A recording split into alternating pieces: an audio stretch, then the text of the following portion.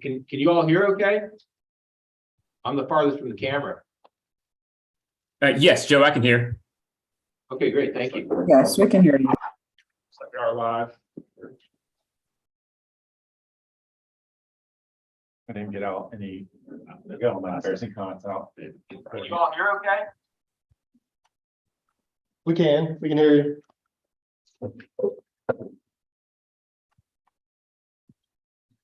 Do you need me to turn it on this any at all? I think it's good. So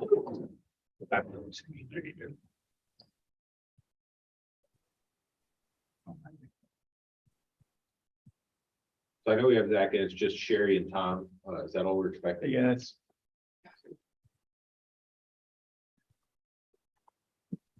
Okay.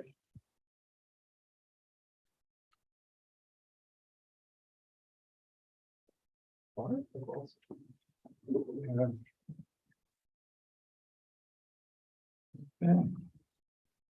I guess this is my second meeting, so we gotta, I guess, just, let's see here, first thing is, welcome remarks. Thanks for everybody coming here again, instead of me having to drive off any too far, but, I'm willing to do that. I guess our second part of the meeting is, status of budget upcoming priorities. Oops, I can get into that. Yeah, so the budget's looking really good. You can see revenues are up. As far as that goes, I want to be the first person to, ring the bell and say we're gonna have a record year, but 60 days into the fiscal year, I just ask that we have a little patience and wait on a couple more data points to come in. I think generally speaking, looking back over the past to 2013, we've seen about a 12% growth rate prior to COVID. So I expect to see revenues grow or at least catch up with the pre-COVID numbers shortly this year, next year. But we're 32% into admission is just a data point. Something to look forward to for the rest of the year is having that early on revenue. Gives us some flexibility and things we can purchase now, move forward on in the exhibits area. I will say education though, looking year over year is doing really well. Christine team, their revenues are up. Homeschool has been great to us. People are coming out. The addition of Jordan Brim, another educator, has really helped increase those numbers. And this fiscal year, we've gone back with the Early Childhood Learning Center library conversion, which we may speak on later, but there is an educator there for early childhood learning. So we've requested budgetary funds to add that position going forward in fiscal year 2024, but calendar year 23, so July 1st, 2023. Then you can go jump into expenses. Negative expenses are pretty much savings, like 6 days in. So we had some, you'll see equipment. So we had some laboratory equipment that was back ordered and then canceled because we weren't going to get it in time. Those funds will be reallocated to other lab equipment. And the same thing with the mailing as far as that goes. So you're going to see some negatives there. And then again, just to note, we're 6 days in. This is as of August 31st. So you're not quite crossing that 25% mark, which we should. You'll see another revision. I'm happy to send out another balance sheet closer to the board meeting to reflect those numbers. But all in all, the trend seems to be good. Revenues are looking great. But yeah, let's keep a lid on that so we can get some more data points in. Yes. And really see that you are taking off. So I didn't know we were doing budgets by jinxing these days, but it works for me. I wouldn't do it when you got the phones. Yeah. Will that be a much larger expense than we were thinking, or is it already allocated somehow? Because we tried to fix it earlier and now it's something new. Well, before we did get a special appropriation from the state, and then it got taken away for COVID. So that's why we're still living along the same system. So yeah, what do we have? What does Tim have now as far as resources? we have to report for it. Okay. So we're working on that. Okay. We haven't received a quote from the folks to fix it. I guess my thought process was that I was talking earlier and I thought we worked on the phone, a while back, and now it's another issue. I was just wondering if it kind of fell under a warranty type thing where we're not gonna have to Oh, pay for yeah. something like that. Yeah. So- Out of warranty. So it was a hard line from the city running to the building, and then we got with Minet, which is the Martinsville Wireless. Then we went voice over IP, and then now the system, the phones need to be upgraded to match the system. Okay. So it's the same phones from 2007 that are in our offices, so we're just making it work. As best we can. All right, so, recent and pending support. All right, so, yeah, just a lot going on. It's, of course, we're just into the fiscal year, but, a lot of really good partnerships. And I think overall, what I would like to emphasize is that the things that we're working on are cross-disciplinary. They include a lot of partners. So it's not necessarily just the silos of research or exhibits or education. I think a lot of them cross over, and I think that's important. I just want to highlight a few here. National Science Foundation just approved a grant to support multi-year Wyoming digs. So as you know, we partner with University of Lynchburg. Our paleo staff goes out and, of course, does the dinosaur dig. So with this grant support, it's going to provide funding for the dig itself, but also for a series of undergraduate student training initiatives for careers in science. So it's going to be a lot of University of Lynchburg undergraduates coming to the museum doing training, but also taking part in the digs themselves for the next 3 years. So that's very exciting. It's so new that a press release has not gone out yet. It'll be led by University of Lynchburg. The overall funding is $391,000. And of that, the VMNH portion is just over 74,000. So we're going to partner with Lynchburg to do a joint press release and then highlight our own part of it more specifically. So that's very exciting. That's cool. So more to come on that. And I know you've probably seen information about the IMLS grant for our Scope It Out initiative. So that's funding for microscope lab, but also for a series of programs to utilize that equipment. So working with Cal Ivanov, but also our education staff, Christy Deatherage, is going to lead a series of programs for that. So that's another example of the cross-disciplinary. And of course, marketing is a key part of that as well. Without that, these things don't really work. So the equipment's been ordered. The funding has been allocated. So we're just waiting to get that installed, get the room set up, and start the programming. The next one here is a pending request to the Patterson Foundation Trust. And I didn't manipulate the timing, but we just found out this morning that we got that funding. So it's great news. It's for what we're calling our Science Outreach Initiative. So the overall initiative includes special exhibits, upcoming festivals, and of course, programming and marketing goes with that. So the total program is about $95,000 with a variety of funding sources to contribute to that. So Patterson is going to be a key part of that to help fund next exhibit and, like I said, festivals as well. We have another NSF grant working with that's led by Adam Pritchard, our paleontologist.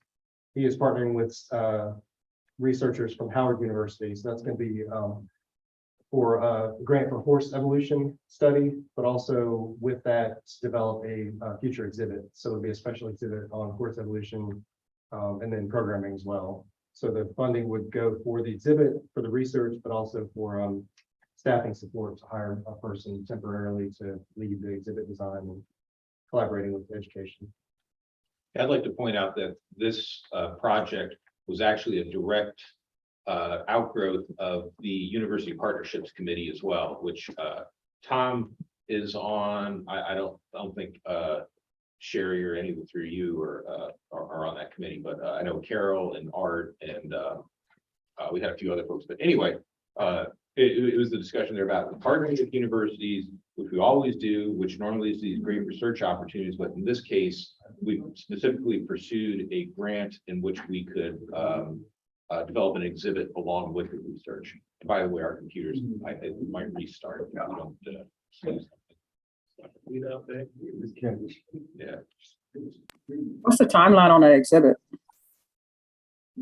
Timeline on the exhibit. I think this is a 3-year grant, Sherry. 3 and year, okay, So normally what happens is, you get through a portion of the project, and then at that point, you begin to start planning out the exhibit. So that, because, what these do is they take into account general information on the topic. So this is horse evolution. But the cool thing about it is we're gonna be able to incorporate novel data generated from the study. And so it's gonna be an exhibit that will have information that no other exhibit will. So, Okay.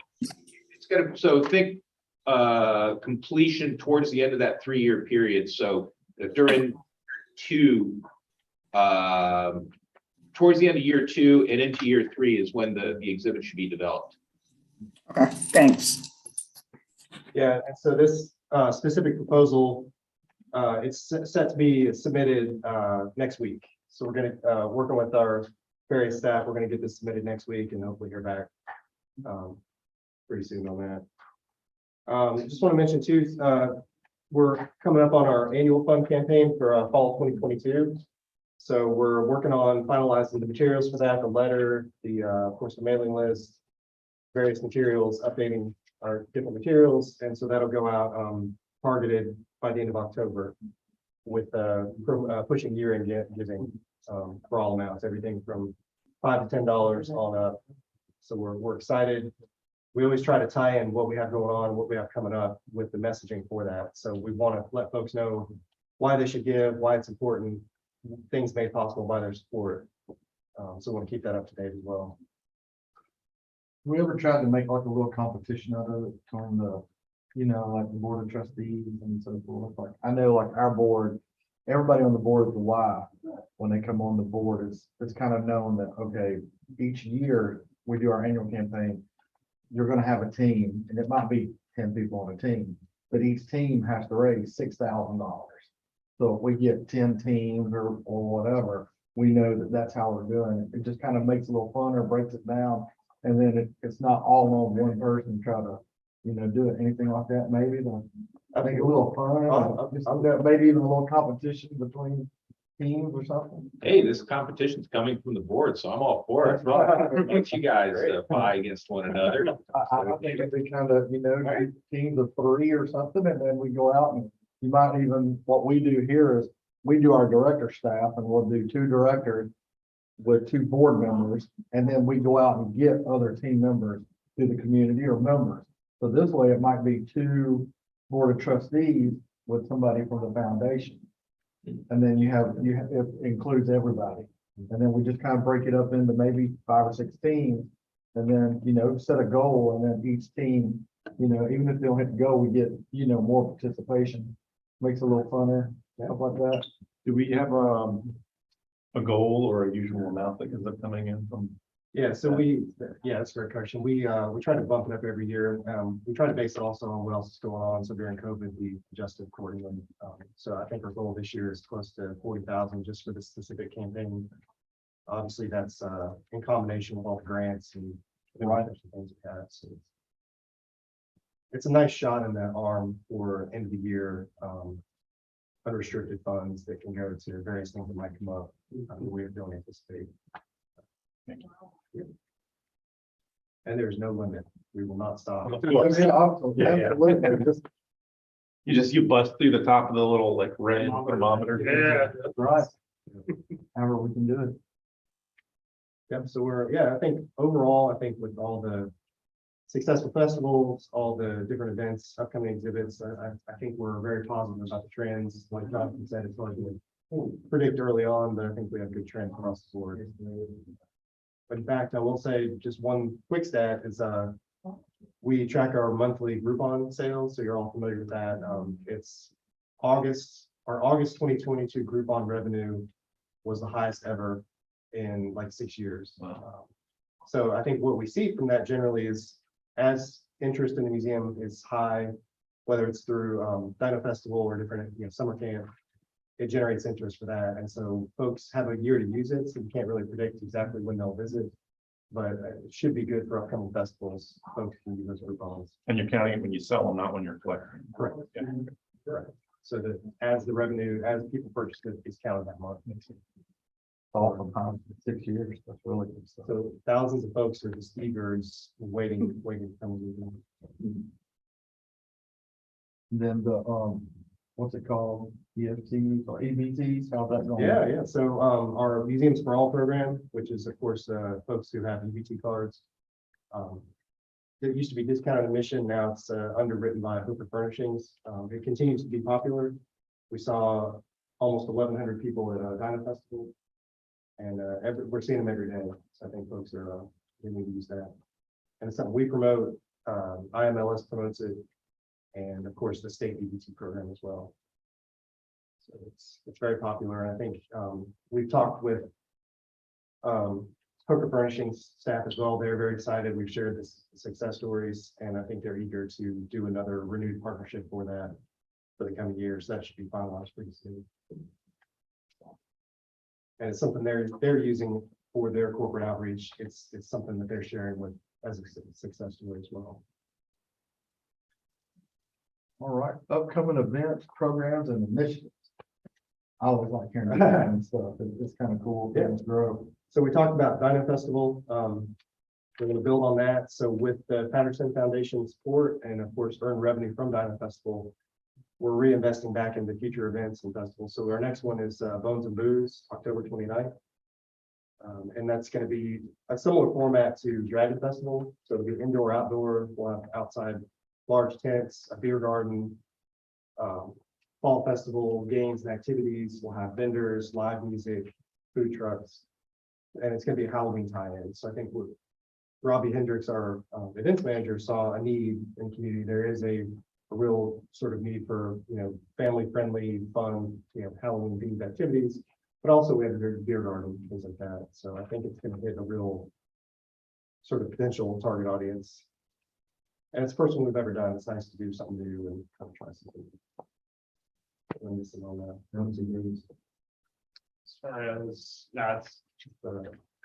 Should be a great revenue generator. Yeah, so I think it's What are the hours on that one again? 4 to 10. So we've normally done the 10 to 4 festival, so we're kind of flipping that. And Yeah, probably the night event will work out well, something like that. yeah, part of the thought is we're gonna have a fire performer, we're gonna have live music, and it's nice to get the full effect when it's dark. Yes, For things like that. I think that'll be neat. It'll be past staff bedtimes, but. After 9 o'clock, you're right. This one I mentioned too, I listed all the exhibits. So we have Science of Flight open now through January 2023, and then we have our next special exhibit, Dinosaur Discoveries, opening in February 2023. So that's going to be open for a year, and it's from the American Museum of Natural History. So we're really excited about it. We haven't brought in a large, prominent rental exhibition in a few years, more than a few years. So it's going to be a nice promotional opportunity, marketing opportunity, fundraising partnership opportunity. I think it's going to be a strong corporate partner draw. And we're also excited. We've got actually the next exhibit after that booked. So it's called Masters of the Night, and it's all about bats. So it's a bat exhibit that's opening actually in 2024, open through early 2025. So it's nice to work ahead. Yeah. We're able to secure partnerships a year or two out, hopefully. And, also, as we hire the new exhibit manager, it's going to give that person a head start. They won't be necessarily bogged down right away with planning a full exhibit. They can focus more on other future initiatives. Stop running. Yep.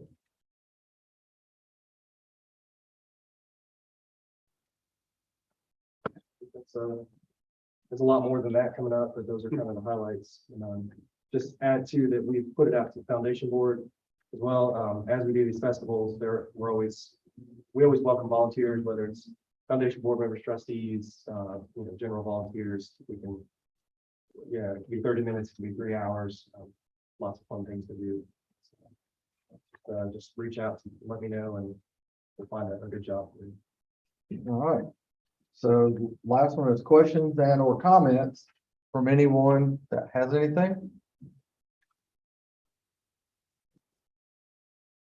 Joe. Yeah, so as I think I mentioned, at least to the people here present, but Sherry and Tom, I had a really good conversation with Roberto Quinones yesterday, and this goes back to the trustee meeting. And one thing we wanted to do, or one thing I wanted to do with this committee, and even though, he's kind of looking at it from the strategic planning committee, that he was asking about our audits, so first of all, I just wanted to review what our audit procedure is. So the foundation does have, as a nonprofit, does get audited by a local firm every year.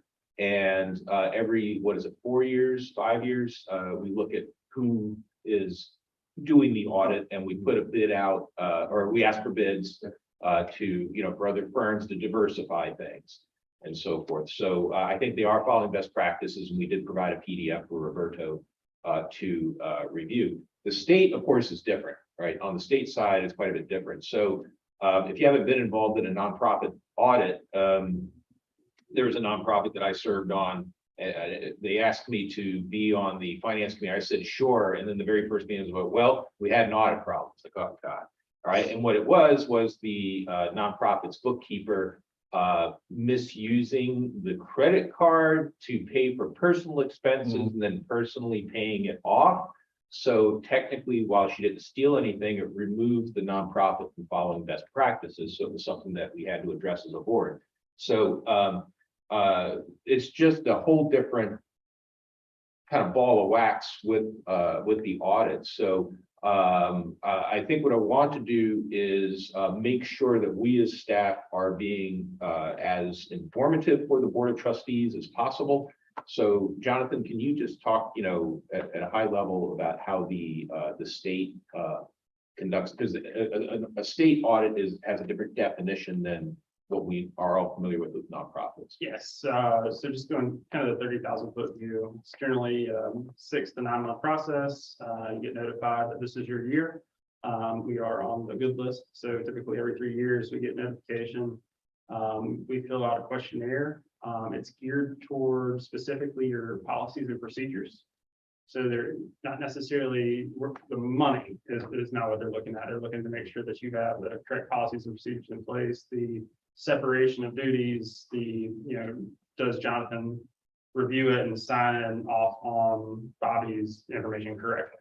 And that's what they're looking for.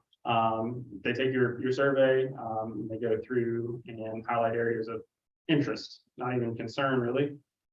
Typically where either cash is handled or a grant comes in, backup documentation, things of that nature. Then they give you a list of what they want, and it goes down to the transaction level. Typically it's something from every area: purchasing, human resources, information technology systems. They go through all that, and then they review your annual RMEX, which is a self-audit. So yearly we do a risk analysis. You provide a SWOT analysis to the state. You go through all of your fiscal procedures. You pull, somebody took some time off, and you just pick at random someone, and then you pull that documentation. How was it documented? Who approved it? What were the steps in approving it? Was it approved correctly? And then you rate yourself on how well you did. So that also gets applied to the state.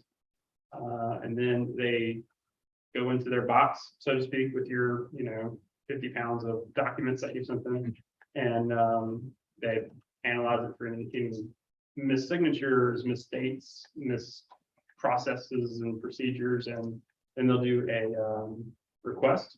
So anything they find, they'll say, hey, this looks odd to us. Can you guys send me the policies and procedures on that? And we say, sure thing, we got it on file. And then we generally get it to them pretty quick. And then they come up with a summary letter, kind of outlining what they saw, what were the things on the previous audit noted and corrected. And then they say yes or no, which it was mostly yes for us. And then we move on to this year's, and they say these are the things you need to work on. We'd like to see them improved by the next audit in 3 years. And thanks for your time. We appreciate it. You guys are awesome. Yeah, so I just want to make sure everyone kind of knew what the procedure was. So what we're going to start into a habit of is making sure that the board gets a brief white paper on the results of any kind of audit. And in that, at the end, we'll point out some of these quote unquote areas of concern and stuff. And when they talk about areas of concern, I'll give you a couple. One was that they looked at one of our forms that we've been using for 20 years and they made us revise it to put a date line next to the signature line, right? So that's what we did. So it could be as minimal as that to something a little more substantive. We're kind of beholden to Virginia Information Technology Agency as far as our IT goes. And it's really difficult because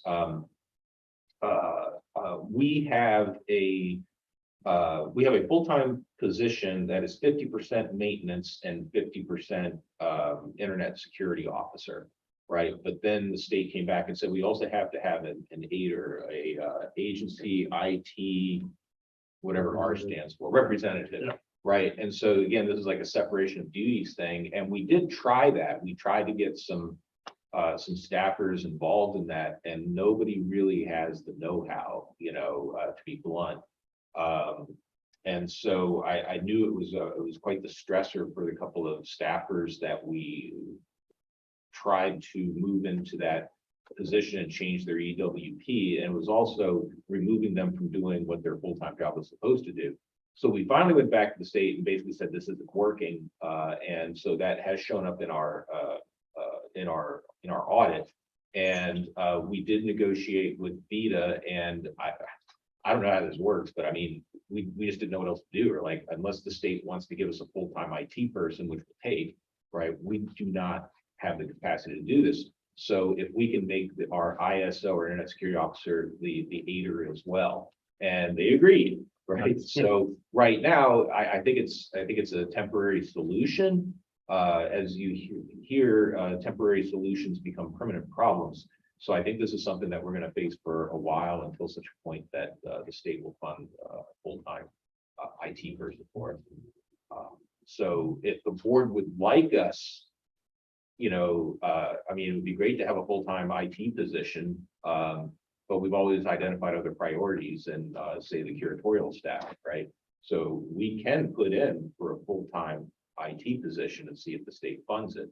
So I think in the past, though, because we had seen our curatorial staff shrink, and then we spent the last 7 years or more building it back up, we've really focused on that. And we have Dr. Coons starting in October, and we'll be up at the strongest staffing level we'll ever have in research and collections. So I would leave it to the board, maybe not here at this committee meeting, but in upcoming board meetings or future committee meetings, you might want to start thinking about amongst yourselves with input from the staff, if you would like us to put in for a full-time IT position.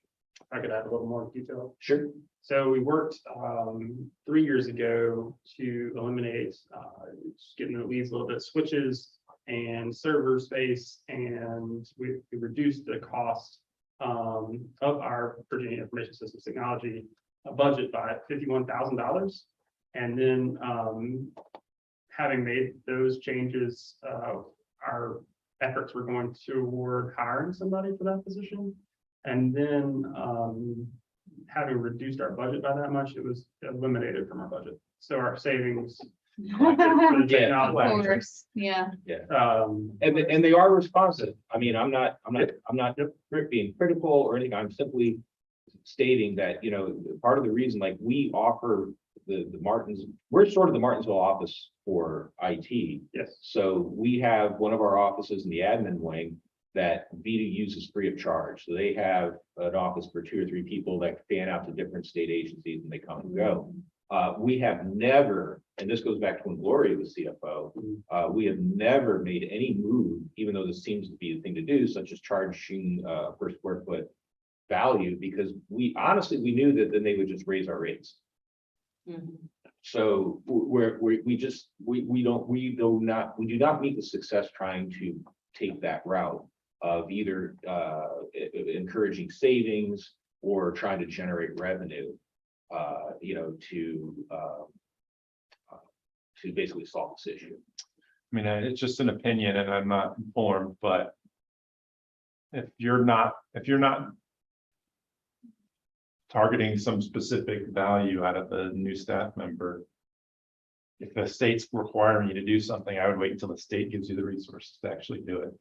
Yeah, That's me. yeah, that's kind of been my Right, I would agree with that as well. And you don't even know if it's enough to require a full-time person. You know, it doesn't sound like it was something that would take 40 hours of somebody's time unless the state comes back and say, I see this glaring problem based on this internal control audit that we've done, blah, blah, blah.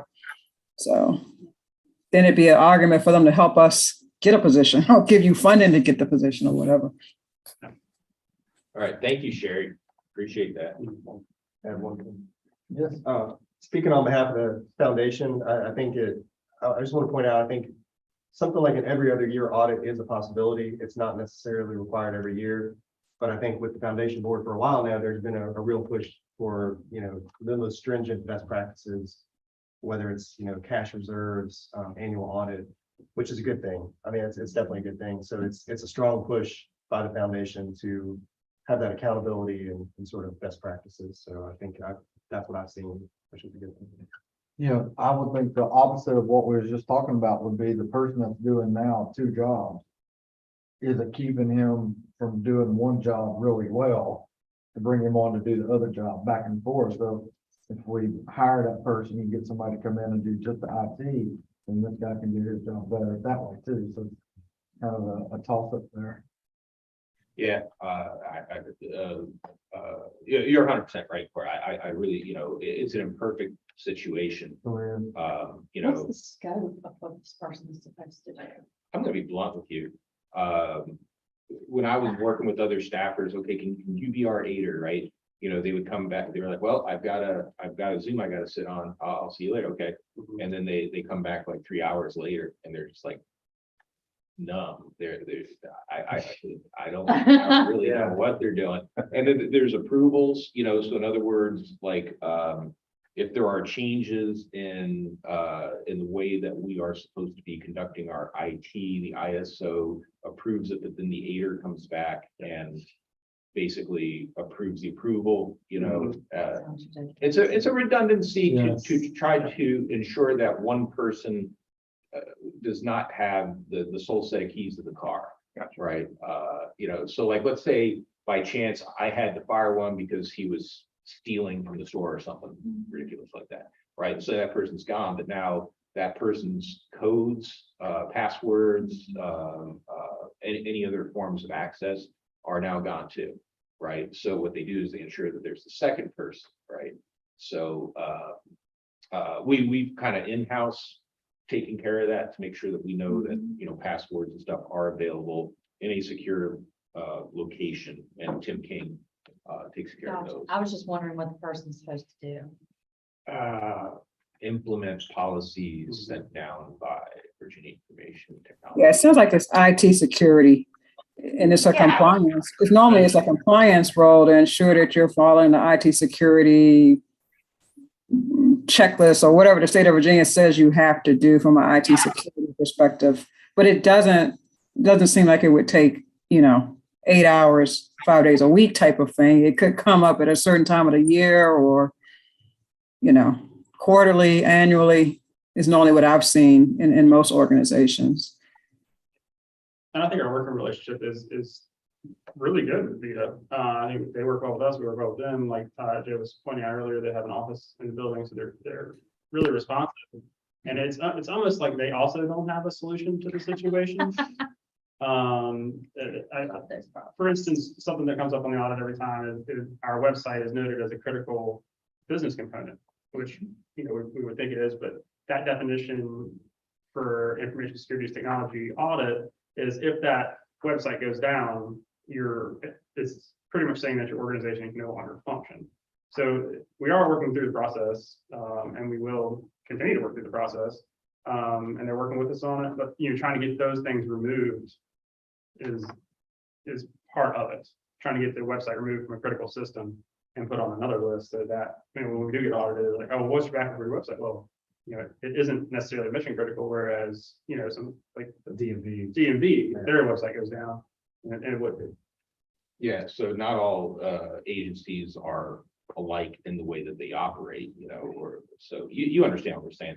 So I just want to make sure that this committee had some understanding of what we're what we're doing with these audits, and then also leading up this whole thing with IT. Like I said, I think the best thing at this point is that when we do get any kind of audit, whether it's IT, finance, policy, and procedure, we'll just provide the board with a board packet, the kind of brief white paper. And then if you have any specific questions or anything you want called out, we'll have the audit results with us, and we'll get specific questions answered. And if it comes to it, we can have them come to a presentation. Right. They're willing to do that for the next 1 to 3 years. Okay. All right. So I guess that was questions and comments. I guess we can move on to facilities committee now. Is that the way it's gonna work? We for us? close one. Do we have to close? Close. So we need somebody to, a motion that we need to close and somebody second. Move we adjourn. Second. All right. Now, do we need a motion to open the facilities or is it? I don't think so. Okay. We just I'll pass it. declare it open. Okay, that Up works. here because chair, and I appreciate the opportunity to do that remotely, and I'm looking over Cord's shoulder here, so you guys at the table can look in the same direction as your previous chair. So welcome, and I'm just joining this committee for the first time, the facilities committee. Can you hear me okay? Yeah. Yes. Okay, great. So I went back and looked a little bit at our role in terms of the board, and we're to make recommendations regarding facilities and review the existing state of facilities. So I think our agenda is largely just governed by walking through the facilities that we have in front of us. Certainly the one Starling Avenue facility and the ESCO project that's going on there, the education pavilion, and then of course, one that I'm closely tied with is the Waynesboro project to build a new facility up here. And I know that Ryan sent around a summary of the capital projects, so there's good information in there. And I don't know if Ryan, you want to augment that with comments of that report? I'm actually gonna let Jonathan, Okay, actually something Jonathan put together, so. okay, great. Then Jonathan, please. Sure. We can jump around on the, Just follow the report. sounds good. So starting off with the Genius Adams Education Pavilion, things are going.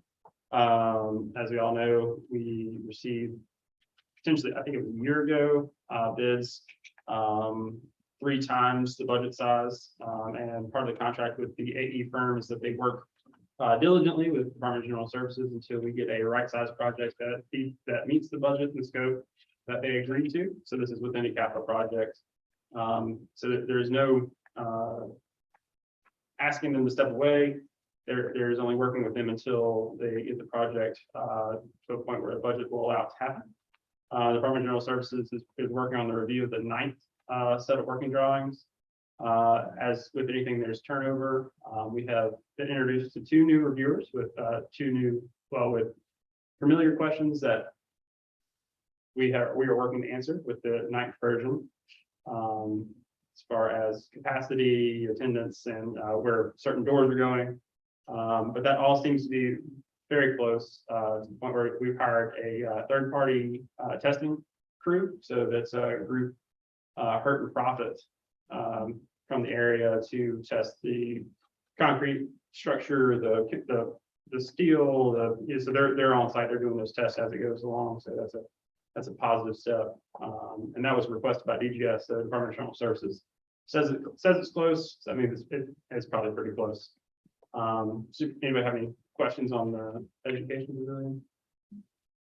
All right. Let's move on to the ESCO project. More exciting news, I think, just from the board meeting to now. I've included the scope and kind of shoehorned in some percentages on how close we are to completing these things. So progress, I mean, just in the 30-ish days here, we've really done well to move forward on a lot of things. Probably the most exciting for me, I don't know about anybody else, the ESCO project, the solar panels on the roof. That is really close. Supposedly not this weekend, but next weekend, potentially energizing those for the first time. They're bringing in the wire and the original set of wires is in place. So they pulled the wire. They're just waiting on a confirmation note from the city on when they can show up. So, you know, they think it's going to be about 2 weeks before we can get the city out. And that's just a liability thing with the city because we are, it is a behind the meter system, but we're still tying it into their grid. So that we want an official there on site to say that everything went well. That way they can come back in 5 years and say, oh, we weren't there, we don't know. But they've been super helpful. There's no issues there with the city working with us. Unless our perspective has changed, we're still on track that we're gonna kind of quietly do this kind of turning them on kind of thing. And then we're going to invite the community member donor who, you know, kind of gave us a little nudge in this direction years ago. And we'll invite the governor's office, the secretary's office to come and we'll kind of do a bit of a celebration of the, you know, kind of completion of the full ESCO project, but the cool thing will be like, okay, we are now solarized. Right. No, so, yeah, we're not Do saying you know, that. when you're gonna be holding that? Ribbon cutting, I guess you might call it. No, I kind of want to wait until everything's good to go. Yeah. I don't want any surprises coming up and us having to postpone it. So we'll be working and it's going to, you know, help with our finances, or reducing our utility usage and so forth. But we'll kind of do we'll set a date once we know that everything's 100%.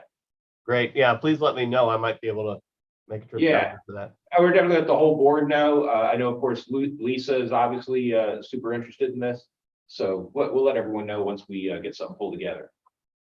So when we're talking energize, they energize them and then they work with the inverters and they work with the current gauge of the wire to make sure nothing's getting too hot. You know, they go out with their temperature, you know, their thermometers and they do readings. So it starts the testing process. So Tom, that's a good point. We'll let you know once we're certain there's no surprises there. All right. Now for the big project, so Virginia Museum of Natural History of Waynesboro, the new facility. Just since the last kind of capital projects 2023 notice went out, we have, as you all know, signed a contract with Guave Homes as the principal architect. Werner Johnson is going to be the museum designer, and then Riggs Ward is going to handle the exhibits for us. So it's a large team, excited, all professional, all, you know. You've done state projects before. A critical component of Guave Homes was their location in Richmond, minutes from down the road. So they say walking distance to the Department of General Services office. So anything that needs to be brought over, there are several required meetings for the architect and Department of General Services to have throughout. So not only is that good to have them in Richmond, it'll save us in paying their travel costs to get there too. So it's just an added benefit of efficiency there. Just if I could, just kind of want to turn it over to just do a summary of how the meeting went. Yeah, why not? Yeah, so the 2-day meeting, we have received a summary document that we are reviewing, making edits to from where we got everybody together. I thought, just me personally, that the community was, I mean, they were 100% behind it. Almost left me in disbelief as how excited the city of Waynesboro is and the groups of people up there. It was a pinch me moment for me for sure, because normally with anything there's somebody that just doesn't like your idea or doesn't, you know, but everybody they see the benefit economically, they see the benefit to their school system, they see the benefit to the area, the park service there, you know, they see the benefit of, you know, having field trips scheduled and then not having to cancel because it's raining. They can potentially once we're open have a partnership with us that, you know, if the weather is bad on the parkway, they can send them our way. And we're going to work to have the capacity to house those students. But I can, you know, be more excited with how the community felt. Obviously, the AE firm, and the exhibit design firm, and the museum design. I mean, they're all professional. Seem like really energized group of individuals. Ready to get started on the museum project. I think it'll be a real feather in their cap, and they're excited to knock it out for us. That's kind of my 2 cents. Yeah, Tom, how did you feel about the kickoff meetings? Well, as you know, I was able to participate in the reception on Wednesday evening. I thought that was a great cross-section of the community that came out. Like you said, I saw people representing the school district there, the library, just general interested citizens. And I thought that was a nice way to kind of bring everybody together. And then I did participate in the Thursday meeting in the morning with the design team, just to get some of the stories out there in front of them and make them think about how to incorporate that in the architecture that they're going to put together. But I was pretty excited about the whole thing. I think we got good coverage. I've heard a lot of good buzz in the community, just conversations with folks. So like Jonathan said, I don't hear a whole lot of people as detractors in the community. So that's a good thing. We certainly have to keep our ear to the ground on that and make sure we're engaging everybody that needs to be a stakeholder here. But yeah, generally all positive. Yeah, so I did review all the meeting notes and your name is spelled wrong in one of them, Tom. So Not surprising, yeah. Yeah. So that's the extent of the typos / errors or inconsistencies, whatever. So they were very good. They're very good notes. So either today or tomorrow, I can't seem to find consistent time behind the desk this past week. But what I want to do is because there were, I don't know what, 5 meetings or 6 meetings or something like that. 7 now. Yeah, and so each one has a specific set of notes. So I want to make sure each of the participants are reached out to and they receive the notes for the meeting they participated in. Once I get that out of the way, I'll share those with the Waynesboro Advocacy Committee. It can also be shared with the board if people want to. But it's not really nuts and bolts at this thing. This was literally the kickoff to kind of review things and get people's opinions on the pre-plan. And we've had a few years now to digest that original set of preliminary drawings and so forth. So I'll start with just sharing that with the Waynesboro Advocacy Committee. Great. And the only question I have about the proposed timeline is what do you think we'll have in hand that we can share with the board at the meeting in November? What should we have in hand? Yeah, what will we have from the design team that we can share already with the board in November? I hope, this is not very attractive, but I hope we're going to have a pretty good idea what the new hard cost estimate's going to be that we will be submitting to the General Assembly. I don't know if the full report will be done by then, but we can have at least the details on that. I don't know how far we'll get into designs. The architect from Werner Johnson, he's not really too heavily involved in the new cost estimate, but so he may be providing some conceptual ideas that take our pre-plan building design and modify it. Because as you recall, Tom, and it'd be new for everyone else, one of the big things that came up was, okay, we've got this general building design. How do we really make this match the city or the park or both, or however it should look? So R2D2 over there. Yeah. So we'll hopefully have some kind of preliminary sketches or something that we might be able to share with the board in November. Yeah, and I would like to, as facilities chair, I'd like to be able to share something with the materials that go out in advance of that meeting. So maybe you can help me put together what we have, and then I can report out to the full board. Okay. We can talk to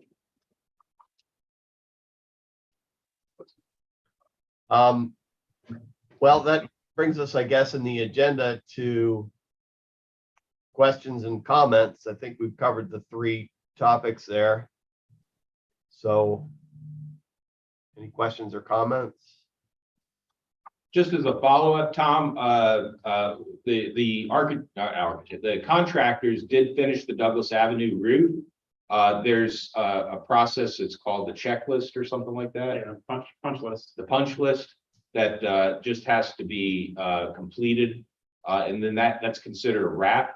And I know Tim is talking with some potential people who had bid on a project that would involve an update to the HVAC over there. So, and I think I mentioned this before, but it is amazing how much better the environment is over there considering all we've done so far as a roof. Gordon, thank you. Oh, sorry, I thought you were gonna. No, I'm getting ready to, yeah. Okay, all right. So anyway, yeah, so that's all gone very well. You mean by environment, you mean like humidity and temperature in the space, or what are you saying? Yeah, Yeah. that's exactly what I'm saying. Temperature and humidity is, I mean, it was middle of summer, like they were like 95% done with the roof and I walked through. Even though it was middle of summer, which normally we're used to like, 85 degrees and just cruddy in there. I mean, I was like, God, it really is not bad. I mean, it's dramatically different now than it was when we had a, lack of a better word, a porous roof. And we're still gonna do a walkover. on that In November. November.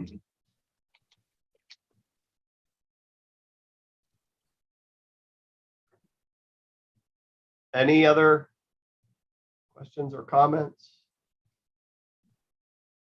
I'll just say, just to prep you as the committee, our quote unquote new building, as everyone calls it, is now 15 years old, right? We have had some settling, and so we've put some of the spackling on some, drywall cracks, and we've made other repairs like that. It's just something to keep in mind. The staff have been doing a great job keeping it not in pristine condition, but pretty darn close after 15 years of wear and tear. So they're pretty diligent. Like, so for instance, we're taking advantage of the fact that we have the turnover in curators. So staff cleaned out the lab that Dr. Kuhn will occupy, and they performed some maintenance on the floor and the walls just to make sure that they're in tip-top shape. So, but that said, there just is the consideration that we have to kind of change our attitude to this building is now 15 years old and it'll be hitting the 20-year mark in no time. Yeah. Otherwise, we're good. The only other question I have is whether or not we should hold another meeting before our board meeting in November. We've got a lot going on, certainly with the Waynesboro project. What are the thoughts about the committee meeting again, maybe in October, mid-October sometime? Yeah, that's fine. I'm free. Okay. Whatever day. Well, I'll pay attention to what's going on, and if there's significant develops that warrant a meeting, then we'll call a meeting for mid-October and touch base one more time before the board. And that's all I have. So I would take a motion to adjourn. So moved. So, We are adjourned. Thank you all. All right, so Thank you. hey, before you leave, Tom, Mary's also on vacation, but when she gets back, I'm just, so we're not doing things the last second, she'll do a survey of your calendars. So you all can reply to her, and we'll put it on the calendar, and if you decide not to have it, we'll take it off the calendar. But we'll just go ahead and staff plan for it. That works. Great. Cool. All right, thank you, Tom. All right, thank you all.